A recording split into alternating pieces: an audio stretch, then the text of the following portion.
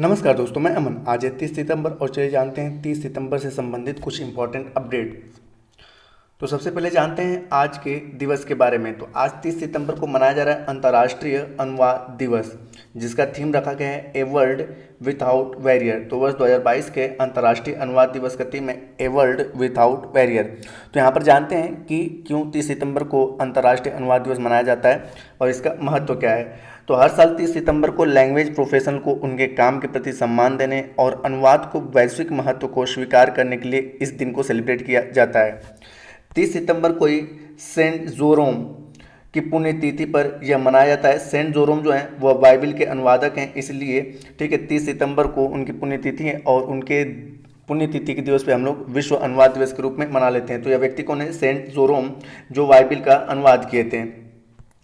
यहाँ पे अगर बात करें तो 24 मई 2017 को संयुक्त राष्ट्र महासभा ने 30 सितंबर को अंतर्राष्ट्रीय अनुवाद दिवस के रूप में घोषित करते हुए एक प्रस्ताव पारित किया था कि प्रत्येक वर्ष 30 सितंबर को अंतर्राष्ट्रीय अनुवाद दिवस के रूप में मनाया जाएगा। तो यहाँ पे तीन चीज़ें हैं कि आपको ये याद रखना है कि इस वर्ष का थीम क्या रहा, तो ए वर्ल्ड विदाउट बैरियर, और क्यों मनाया जाता है तो अनुवादकों को सम्मान देने के लिए। किसकी पुण्यतिथि है? तो सेंट जोरोम की पुण्यतिथि के दिवस पर 30 सितंबर को मनाया जाता है। और अगला है कि 24 मई 2017 को संयुक्त राष्ट्र ने घोषणा किया कि 30 सितंबर को अनुवाद दिवस के रूप में मनाया जाएगा।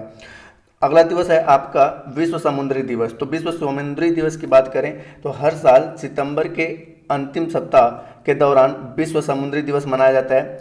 यह दिन हर साल सितंबर महीने के अंतिम गुरुवार को मनाया जाता है। तो गुरुवार पड़ा था आपका 29 सितंबर को, ठीक है।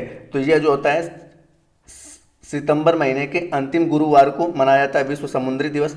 इसके बारे में जानें तो वर्ष 2022 में विश्व समुद्री दिवस का विषय रखा गया था हरित नौवहन के लिए नई तकनीकें या new technology for greener shipping. ये 2022 के समुद्री दिवस का थीम है, जो कि प्रत्येक वर्ष सितंबर महीने के अंतिम गुरुवार को मनाया जाता है। और इस साल अंतिम गुरुवार सितंबर महीने में पड़ा था 29 सितंबर को।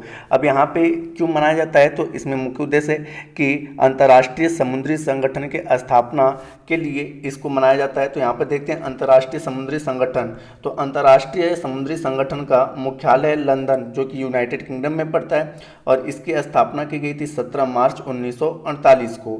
और इसके वर्तमान समय में महासचिव हैं किटैक लिम। किटैक लिम अंतर्राष्ट्रीय समुद्री संगठन के वर्तमान समय में महासचिव हैं, जिसका मुख्यालय लंदन में है, और इसकी स्थापना 17 मार्च 1948 को की गई थी। तो ये रहे आज के दिवस के संदर्भ में। अब बढ़ते हैं अगले सेगमेंट करेंट अफेयर्स की ओर। तो यहाँ पर पहला अपडेट है, भारत के दूसरे चीफ ऑफ डिफेंस स्टाफ के रूप में किसे नियुक्त किया गया है? Option A Manoj Mukund Naravane, option B Anil Chauhan, option C Hari Kumar, और ऑप्शन डी विवेक राम चौधरी। तो जानते हैं भारत सरकार ने लेफ्टिनेंट जनरल अनिल चौहान, जो कि सेवानिवृत्त हो चुके थे, को भारत का दूसरा चीफ ऑफ डिफेंस स्टाफ नियुक्त किया है। यह नियुक्ति हेलीकॉप्टर दुर्घटना में जनरल बिपिन रावत की मृत्यु के 9 महीने बाद की गई है। वह भारत के पहले सीडीएस थे। लेफ्टिनेंट जनरल अनिल चौहान मई 2021 में पूर्वी कमान के पूर्व प्रमुख सेवानिवृत्त हुए थे और राष्ट्रीय सुरक्षा परिषद के सैन्य सलाहकार के रूप में भी कार्यरत थे। तो यहाँ पूछा गया है कि भारत के दूसरे चीफ ऑफ डिफेंस स्टाफ यानी कि सीडीएस के रूप में किसे नियुक्त किया गया है? तो सही ऑप्शन होता है आपका बी, अनिल चौहान। अगला फिर से विश्व हृदय दिवस कब मनाया जाता है? ऑप्शन ए है 26 सितंबर, ऑप्शन बी है 28 सितंबर, ऑप्शन सी है 30 सितंबर, और ऑप्शन डी है 29 सितंबर। तो यहाँ पे ध्यान देते हैं कि हृदय रोग की बढ़ती समस्याओं को ध्यान आकर्षित करने के लिए प्रतिवर्ष 29 सितंबर को विश्व हृदय दिवस के रूप में मनाया जाता है। यह दिवस विश्व स्तर पर लोगों को आहार योजना का पालन करने के लिए प्रोत्साहित करता है, जो उनके हृदय को स्वस्थ रखने में मदद करता है। विश्व हृदय दिवस 2022 का थीम है use heart for every heart. Use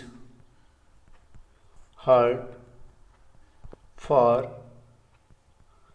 every heart, ये वर्ष 2022 के हृदय दिवस का थीम है। अगला क्वेश्चन है, भारत के नए अटॉर्नी जनरल के रूप में किसे नियुक्त किया गया है? ऑप्शन ए है मुकुल रोहतगी, ऑप्शन बी है उदय उमेश ललित, ऑप्शन सी है आर वेंकटमणि और ऑप्शन डी है दीपांकर दत्ता। तो जानते हैं यहाँ पर भारत सरकार के वरिष्ठ अधिवक्ता आर वेंकटरमणि को 3 वर्ष के लिए भारत का नया महान्यायवादी यानी कि अटॉर्नी जनरल नियुक्त किया गया है। आर वेंकटरमणि के वेणुगोपाल का स्थान लेंगे। के वेणुगोपाल जिनका कार्यकाल 30 सितंबर 2022 को समाप्त हो रहा है। यह नियुक्ति वरिष्ठ अधिवक्ता मुकुल रोहतगी के अगले अटॉर्नी जनरल बनने के सरकार के प्रस्ताव को अस्वीकार करने के कुछ ही दिनों बाद हुई है।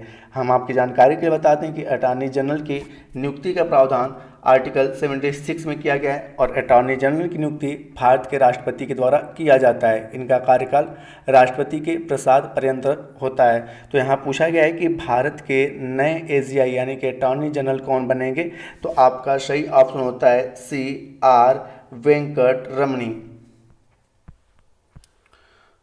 अगला क्वेश्चन है रानीपुर टाइगर रिजर्व को उत्तर प्रदेश कैबिनेट ने किस क्षेत्र के लिए मंजूरी दे दी है। Option A Bundelkhand, option B है पीलीभीत, ऑप्शन सी है अवध और ऑप्शन डी है रोहिलखंड।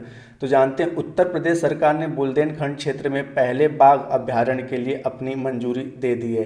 बुंदेलखंड में रानीपुर टाइगर रिजर्व को वन्यजीव संरक्षण अधिनियम 1972 के तहत अधिसूचित किया गया है। राज्य में बाघ संरक्षण को बढ़ावा देने के लिए यह निर्णय लिया गया है। तो यहाँ पूछा गया है कि रानीपुर टाइगर रिजर्व उत्तर प्रदेश के किस क्षेत्र में है, तो आपका सही ऑप्शन होता है ए बुंदेलखंड। अगला क्वेश्चन है किस दिग्गज अभिनेत्री को 92वें दादा साहब फाल्के पुरस्कार से सम्मानित किया जाएगा। ऑप्शन ए है शर्मिला टैगोर, ऑप्शन बी है आशा पारेख, ऑप्शन सी हेमा मालिनी और ऑप्शन डी है पूनम ढिल्लो। तो जानते हैं यहाँ पर कि सूचना और प्रसारण मंत्री ने घोषणा की कि वर्ष 2020 के लिए दादा साहब फाल्के पुरस्कार महान अभिनेत्री आशा पारेख को प्रदान किया जाएगा। वह एक प्रसिद्ध फिल्म अभिनेत्री, निर्देशक और निर्माता होने के साथ साथ एक कुशल भारतीय शास्त्रीय नृत्यांगना भी है। आशा पारेख ने तीसरी मंजिल, कटी पतंग, लव इन टोक्यो जैसी फिल्मों में अभिनय किया है। तो यहाँ पूछा गया है कि 92वें दादा साहब फाल्के पुरस्कार से किसे सम्मानित किया जाएगा, तो सही ऑप्शन होता है आपका बी आशा पारेख। आज का अगला प्रश्न है अंतर्राष्ट्रीय अंतरिक्ष स्टेशन की कमान संभालने वाली पहली यूरोपीय महिला कौन बनी है। ऑप्शन ए है अन्ना किकीना, ऑप्शन बी है जोहाना मैलिंगर, ऑप्शन सी है सामंथा क्रिस्टोफोरेटी और ऑप्शन डी है एलेना सोरोवा। तो यहाँ पर जानते हैं कि इटली की सामंथा क्रिस्टोफोरेटी अंतरिक्ष से लाइव प्रसारण के दौरान अंतर्राष्ट्रीय अंतरिक्ष स्टेशन की कमान संभालने वाली पहली यूरोपीय महिला बन गई हैं। वर्ष 2014 और 2015 में ऑर्बिट में 199 दिन बिताने के बाद एक महिला द्वारा अंतरिक्ष में सबसे लंबे समय तक रहने का रिकॉर्ड भी क्रिस्टोफोरी के नाम है। तो यहाँ पूछा गया है कि अंतर्राष्ट्रीय अंतरिक्ष स्टेशन की कमान संभालने वाली पहली यूरोपीय महिला कौन बन गई, तो सही ऑप्शन होता है आपका सी सामंथा क्रिस्टोफोरेटी। और ये कहाँ के हैं, तो इनका संबंध है इटली से। आज का अंतिम अपडेट है भारतीय पुरातत्व सर्वेक्षण ने हाल ही में किस राज्य में बौद्ध गुफाओं और मंदिरों के अवशेष पाए हैं। Option A Uttar Pradesh, option B है महाराष्ट्र, ऑप्शन सी है राजस्थान और ऑप्शन डी है मध्य प्रदेश। तो जानते हैं भारतीय पुरातत्व सर्वेक्षण ने मध्य प्रदेश के बांधवगढ़ में अपने हालिया खोज के दौरान प्राचीन गुफाओं और मंदिर, बौद्ध संरचनाओं के अवशेष और पुरानी लिपियों में मथुरा और कौशाम्बी जैसे शहरों के नाम वाले चित्रों के शिलालेख पाए गए हैं। तो यहाँ पूछा गया है कि पुरातत्व सर्वेक्षण विभाग ने किस राज्य में बौद्ध गुफाओं और मंदिरों के अवशेष पाए हैं, तो सही ऑप्शन होता है आपका डी मध्य प्रदेश। और यहाँ पर मध्य प्रदेश के किस क्षेत्र में, तो बांधवगढ़ क्षेत्र में, बांधवगढ़ क्षेत्र में। तो दोस्तों आज के लिए इतना ही। अब समय है कल के पूछे गए क्वेश्चन का आंसर देने का। तो कल आपसे पूछा गया था कि 28 सितंबर को रेबीज दिवस मनाया जाता है, जो कि लुई पास्चर की पुण्यतिथि है। और यहाँ पे ये पूछा गया था आपसे कि रेबीज दिवस का थीम क्या रखा गया 2022 का, तो इसका थीम था वन हेल्थ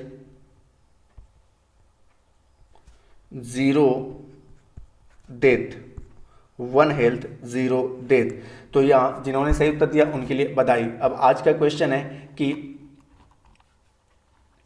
आपका कि विश्व हृदय दिवस जो कि हम लोग प्रत्येक वर्ष 29 सितंबर को मनाते हैं, तो उसका थीम क्या रखा गया है, विश्व हृदय दिवस का थीम क्या है।